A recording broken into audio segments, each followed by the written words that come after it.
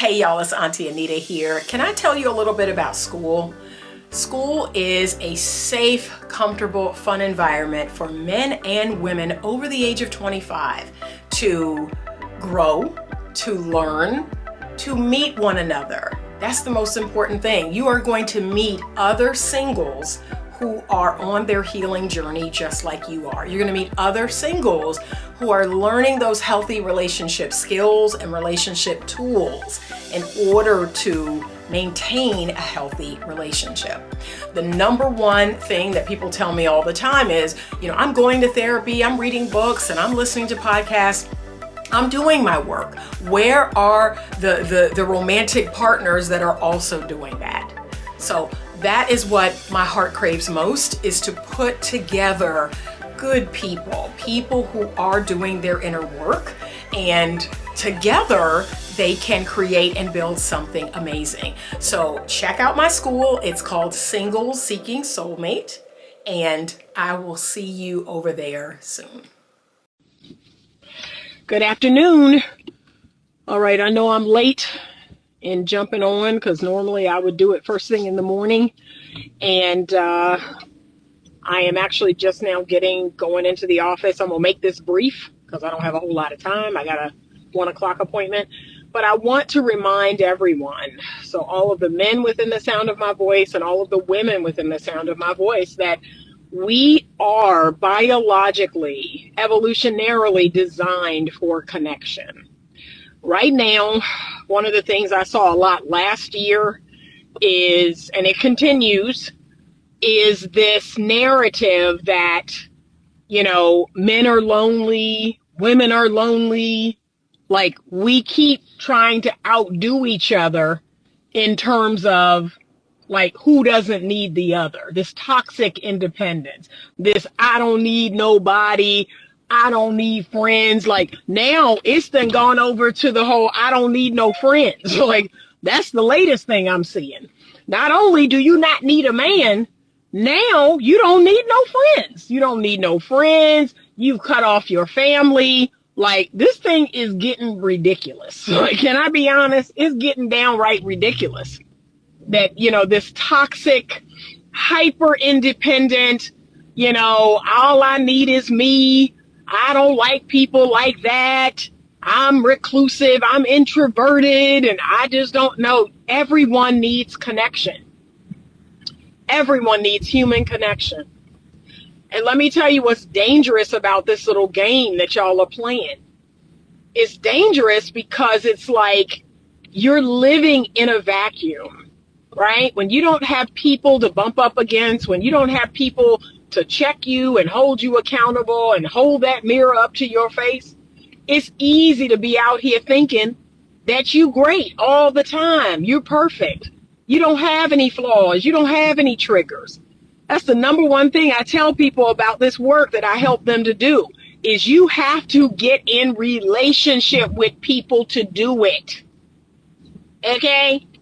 You cannot sit at home alone and watch a bunch of videos and read a bunch of books and, oh, okay, I understand my attachment style. Oh, okay, I have childhood trauma. Oh, okay. And you read all this stuff and you think, okay, well, I'm aware, because awareness is the first part, right? Being aware of what the issue is. And okay, this is what I might need to try or do differently. But you don't take it to the level above that, which is, okay, now I need to go out here and be amongst people. Now I actually need to put into practice all the things that I learned. That's where many people drop the ball. Many people, even in my couples therapy. They come to couples therapy 1 hour a week. Some of them 1 hour every other week. I've had couples do that for years. And wonder why. We still arguing, we still this, we still that. It's not getting no better, and blah, blah, blah, because you're not applying anything you're learning. You're coming to counseling, you're coming to therapy 1 hour a week, 1 hour every other week, and checking that box, and you proud of yourself. You're telling people, yeah, I go to therapy. I go to therapy. Not if you don't practice any of the things you learn. Not if you don't actually make real changes. Not if you don't actively reconnect with those people that trigger you. Not if you don't like truly seek some sort of reconciliation. Not if you don't show up differently in these relationships with your family and your friends and your significant others. No, it's called so what? You have to show up differently. You have to apologize. You have to hold yourself accountable. You have to stop cussing people out. You have to stop tripping all the time. Because let me tell y'all, I'm gonna be honest here. There are people that go to therapy every week and stay cussing people out. Stay cussing people out at work. Stay being petty. Stay getting revenge.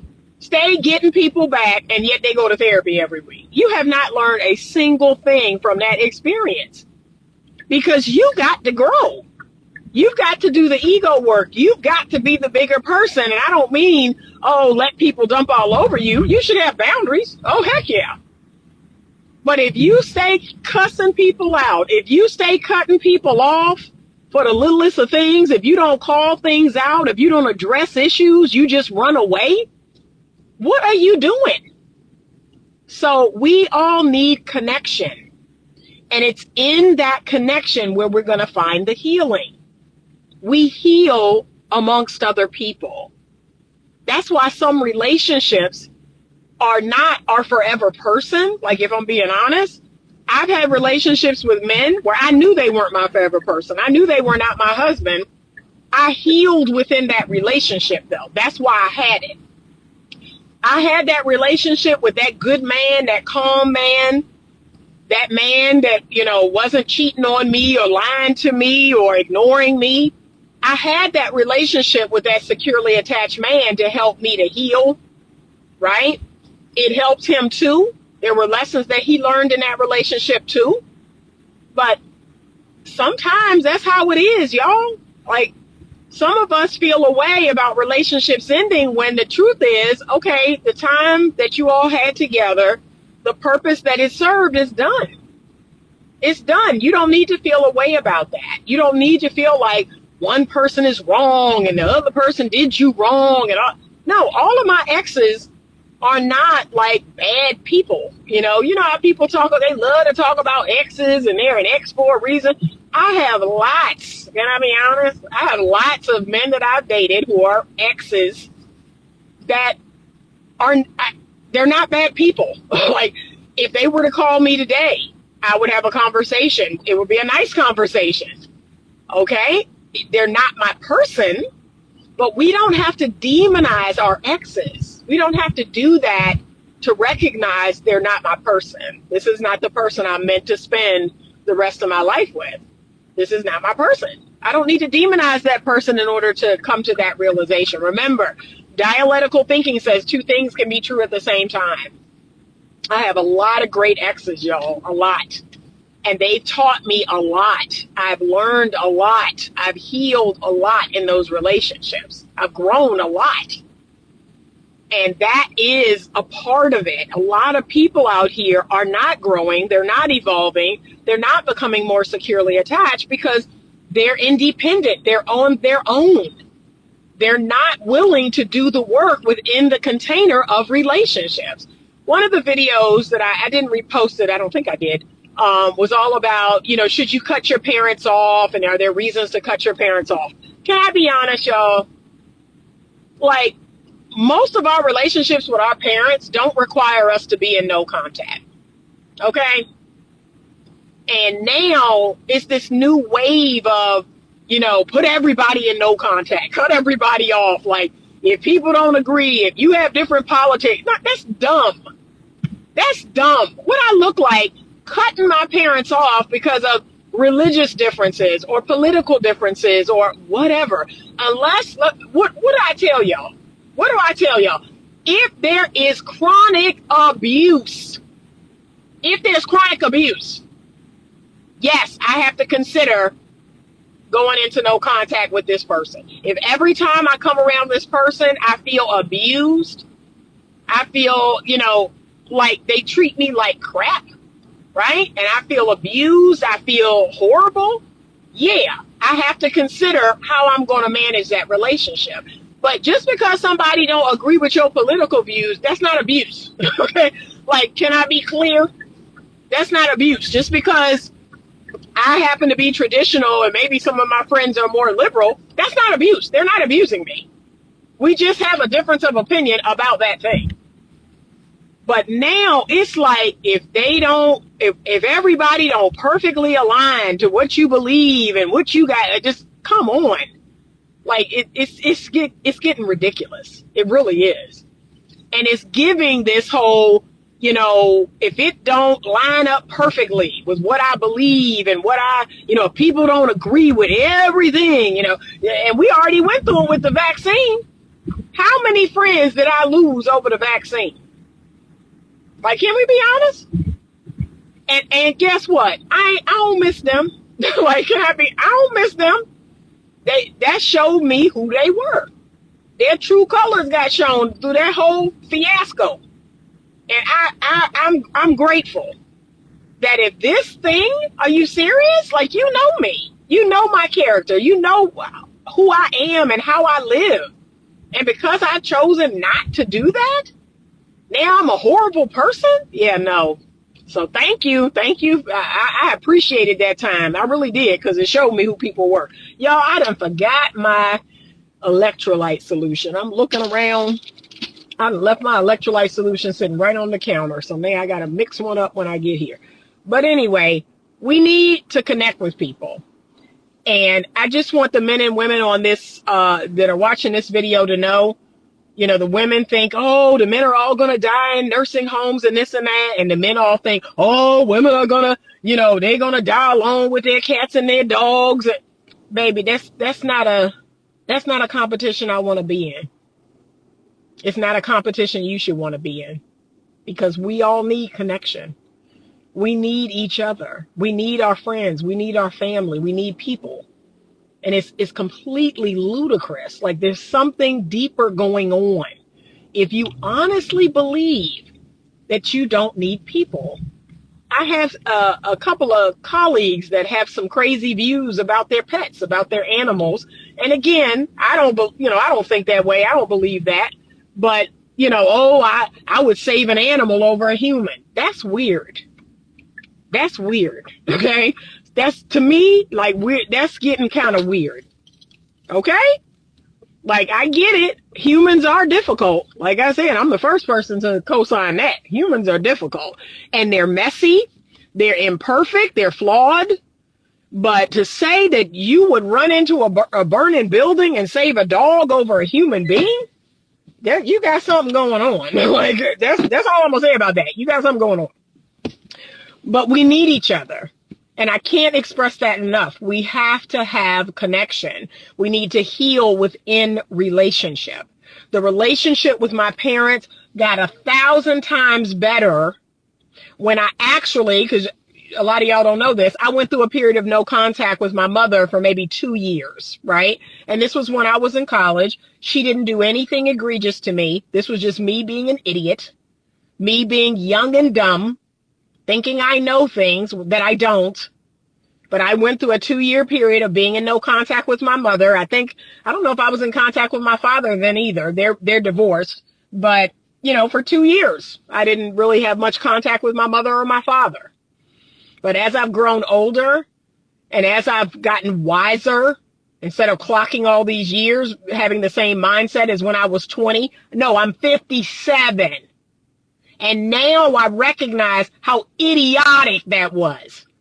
The real work is in showing up, is in coming home, is in doing and saying the things I needed to say, right? That's the real work. Cutting them off is easy. But actually showing up as the new and improved me and setting healthy boundaries and modeling what a new and improved me is now, and this is how we're going to interact with each other, that's the work. And now I have the greatest relationship ever with my mother and father. I've written them letters. I've explained to them things that happened, things that hurt me, but I've also forgiven them. I've also let all that stuff go. I've left it all in the past. A lot of y'all are dragging the past behind you and wondering why you can't get free. But we need each other. We need connection. Men need women. Women need men. I am my best when I am in a good, healthy, masculine container. That's when you see Anita thrive. Anita blossoms. When there's a good man containing me. So let's stop this stupid competition we're in about who's lonelier, who's going to do worse than the other. That's dumb. That's stupid. That's like the race to the bottom. Who can be nastier, men or women? And that's what women, y'all are in a dumb competition right now. You in a stupid competition to be like nasty, dirty men. Well, if they could do it, I could do it. If they can have sex with a bunch of people, I can. Why is that a competition you want to be in? Why? I don't care what nasty, dirty, immoral, filthy men are doing. And I don't want the right to do it. So that's all. Okay, I got a comment. Is it Aja Mahogany? Aja Mahogany, yep, called and told my dad how he hurt my feelings as a teen, and he also expressed some gripes with me. We both had to acknowledge the pain we cause each other and forgive. Exactly. See? And yet, some people out here are in no contact with their parents for something dumb. Something dumb, something stupid, something that you could write a letter about or talk to them about or send them a text or call them over the phone and put it under, what they say, water under the bridge, and then grow and do different and be different and move on. And move on. But no, you in no contact. Like, come on, stop it. I have 1,000% better relationship with my brother. And we've had our differences throughout the years. But I was like, you know what? Ain't nobody got time for this dumb stuff. He old, I'm old. We need to, get over it. Anyway, so that's all I got to say. We all need connection. We all need people. And you gotta find your people. That's the lesson. Everybody ain't your people. And that's definitely me. Everybody is not my people. Everybody's not my person. And I don't want you to put a square peg in a round hole. If you recognize somebody as, okay, this is not a good fit, like this is not my person, don't try to make it work. Move on and find the people that are for you. Find the people that feel good to your soul. I have had people in my life that are like just soothing salve to my soul. Oh my gosh, I'm just like, oh, I love these people's energy. I love being around them. I love their smile. I love their laugh. Those are your people. But this toxic independence has to end. This idea that we don't need each other and we don't need people and animals are better than people, and that's dumb.